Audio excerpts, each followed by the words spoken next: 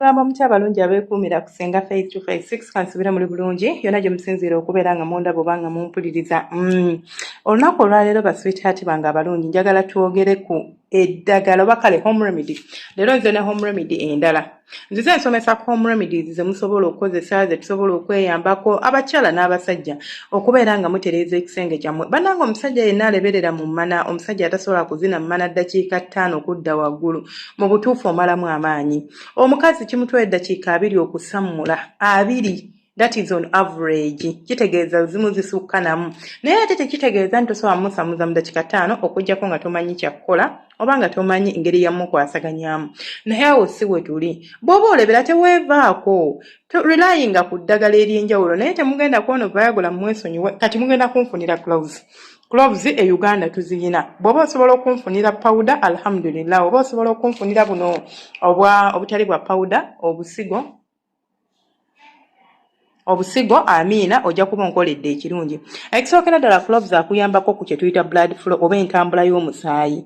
Ayinamu ekirungo ekiyambako okurelaxinga kye tuyita blood vessels n'okuimprovinga overall circulation. Nabagamba omusajja yenna omusaayi gwe guba tegutambula bulungi, awo ebyokuzina emmana biveeko. Ate n'ekya gloves alina ekirungo era ekisitire kigenda okuyambako ku kye tuyita physical endurance, okuba nti osobola okuyungira mu mmana, nti osobola okulwawo okugwa, ekyo kye tuyita endurance, nti osobola kuguma. For example, nti omuntu bw'oba oyimiridde nga bagambye nti kwata ku pool bar oba buno obugundi obuuma bw'okwata ne weesika waggulu, osobola kawangaalirako bbanga ki, ekyo kye tuyita endurance. Kati nti omukira gwe guba guyimiridde gusobola kwenduwaringa paka bbanga ki, kigenda kuyambako boosting endurance level yo obeere ng'osobola okuwangaalako mu mmana. Ekyokubiri, gloves zirina ekirungo kye tuyita antioxidants.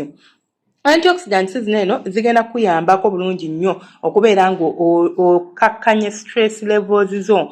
Olunaku ffenna lutuwuuba, si musajja si mukazi, ogenda otuuka ewaka nga stress akuli bulala, obadde olowooza ku mukama wo byasi byakugamba, balina kye project kye bakusuddeko ky'otayagala, school fees w'abaana abanja, landlord abanja, naye kasita obeera ng'onywedde ka clove ako ogenda kukkakkana. Ngenda babuulira engeri gye tubikozesaamu, so kigenda kuyambako okubeera nga at least kikuyambako ku energy levels kubanga oba ne stress oba tolina maanyi, then ne stress okubeera ng'akola ki ng'akkakkana. Ekyokubiri kyolina okubeera ng'omanya gloves alimu ekirungo. Mumanyi lino eddagala nga bw'olaba Viagra nti liyimya, alimu ekirungo ekikuyambako okuyima nga ggwe omuntu, so mwekwate. Namba 2, ekirungo kye tugenda okubeera nga tukozesa si bingi nnyo. Ogenda kunfunira enniimu. Enniimu nzizo ngisomesaako. Ogenda kunfunira enniimu namba. Clove tujja kwetaaga just ejjiiko emu, then ogenda kunfunirayo enniimu yo namba.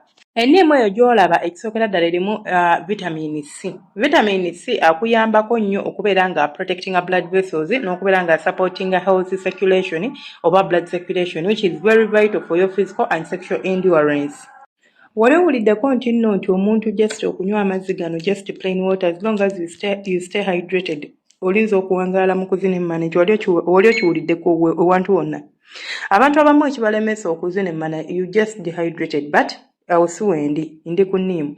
Enniimu eno gy'olaba erina capacity okukombatinga dehydration, nti singa obeera oweddemu amazzi oba nga tolina amazzi bulungi nnyo mu mubiri, kubanga ebiseera ebisinga omuntu buli w'obeera nga tolina amazzi bulungi mu mubiri ogenda kusanga ng'olina kye tuyita fatigue, okoowa mangu.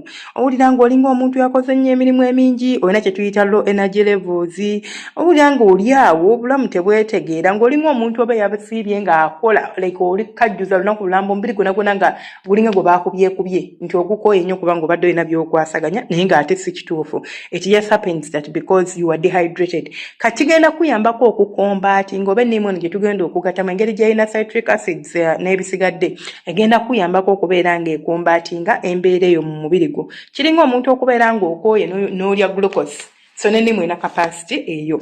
Namba 2, enniimu erina kye tuyita antioxidants. Kitegeeza naye genda kuyambako okukkakkanya stress wo. Singa obeera ne stress, kubanga ffenna tuba ne stress nabagambye at one point. Antioxidants kuyambako okureducinga oba okulowalinga cell damage ne physical stress. Sorry. Sorry about that. Enimu eno erina capacity oba erina ekirungo ekigenda okuyambako okulowalingako ku cell damage ne physical stress ng'omaliriza olunaku okooye and ABCD. So naye tugenda kugyetaaga bye bintu bibiri. Ekintu ekyokusatu ky'ogenda okunfunira, ogenda kunfunira amazzi gookya. Byokka nfunira amazzi agookya gateeke mu kikopo. Lwaki tugenda kwetaaga kozesa amazzi gookya wabula siga nnyogoga oba siga bulijjo? Not because we want to mix this mixture ebeere ng'eteerera bulungi, nodda. Amazzi agookya ekisooka gakuyambako okubeera nga gakola ki? Gakuyambako okubeera ng'omubiri gwe gusobola okuregulatinga oba okugumira oba okutoleratinga temperature ngeze mu mubiri. Of course woba weezina n'omuntu ogenda kwesanga nti ofunamu temperature changes, either your temperature is going to raise kyokka ate bw'onaamala ne droppinga. Kati bw'osanga omuntu ky'obola nti omusajja asobola okuzina n'amala ate n'ataddamu, omubiri gwe tegusobola kuregulatinga temperatures ezo. Bw'afunamu ka temperature nga ka raises because of the exercise gy'abeera akola, kubanga oba ozina man of course typical obeera ng'omuntu alina ky'okola, ogenda koowa, omubiri gugenda buguma. Kati ate olumalirizo oba bw'osamula temperature erowalinga egwa, kati n'olyoka onnyogoga abamu ne muwulira empewo, kati n'owulira empewo. Kati ate jjukira okuddamu okuyima ate weetaaga okuddamu obuguma. Kati omubiri gwe gwesanga tegusobola kubeera nga guregulatinga temperature eyo olw'okuba nti already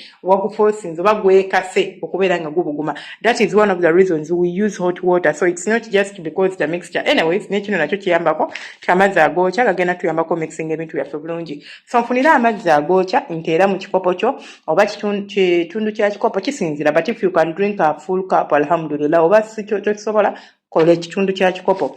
Kwata cloves, bw'oba olina nsaano kozesa ejjiiko emu, bw'oba tolina nsaano kozesa ejjiiko emu. Bw'oba tolina nsaano ogenda sooka okwata amazzi agookya oteeke mu buntu obwo obubikkeko obuleke busooke busookinge. Kati nutrients ezo zibeere drained okuva mu cloves. Wabula oba olina ensaano direct teeka mu kikopo kyo, bw'omala nsalira ennimu yonna nga bw'eri, kasiteba nga sinene nnyo medium size, gikamule ogiteekemu. Kati obimixinga bulungi nnyo obireke bisiitinga awo around for some time. Tebiwola nnyo kubeera nga binnyogoga, but bigenda kuwola nga bisobola okunyweka nti nsobola obbinywa, awo olyoka obinywe. Binywe eddakiika 3 nga tonnaba kuzina mana. Gwe omusajja era ngamba nti olina ekizibu ekyo, njagala okozesa home remedy eno nti buli lunaku okumala weeks 2 njagala okomewumbule. In fact ne olunaku olwo nnyini ojja kuzina emmana, gujja kwereega naawe ojja guwulira. Wabula home remedies zino zisobola okugaana okukola olw'ebyo ebiba bibalemesezza okuba nga muyima. Singa osanga omusajja ng'ekizibu kye ye bambi ekizibu kye si kya bino nti maanyi mubiri munafu nti osobola osanga omuntu nga infection yeemuluma, awo kizibu nnyo okubeera ng'ojja tereera, kubanga gwe infection yerina okujjanjabwa okubeera ng'otereera. Singa osanga omusajja nga ye ekizibu kye kiri psychological, kitegeeza alina kulaba musawo, alina kwogera na muntu, alina ye kennyini kufiguring out asobola ate okikombatinga n'abeera ng'akivaako. Okuggyako stress ye tusobola omukombatinga n'eno home remedy. Kale munywanyi wange nga tonnaba kuzina mmana olwaleero, nsaba onywereko ka remedy kaneeno, komawo ate ompe results ombuulire ebivuddeyo. Nja kuba mbasharingira remedies zino nabasuubiza mpola once in a while tujja kanyugangayo. Tukola ku herbal ne tukola ku home remedies ne tukola ku bukodyo, ebisigadde byonna ne tusoma ku mukwano. Byonna mwebale kusubscribinga, kulikinga no commenting. Omukama abanjagalira abankuumire temujjanga okwo. Tulina channel endala eyitibwa Story Hub Uganda, sobola ogenda n'oginyoonyaako gwe ali interested mu stories z'okwezina, stories z'omukwano. Mubeere bulungi temujjanga okwo.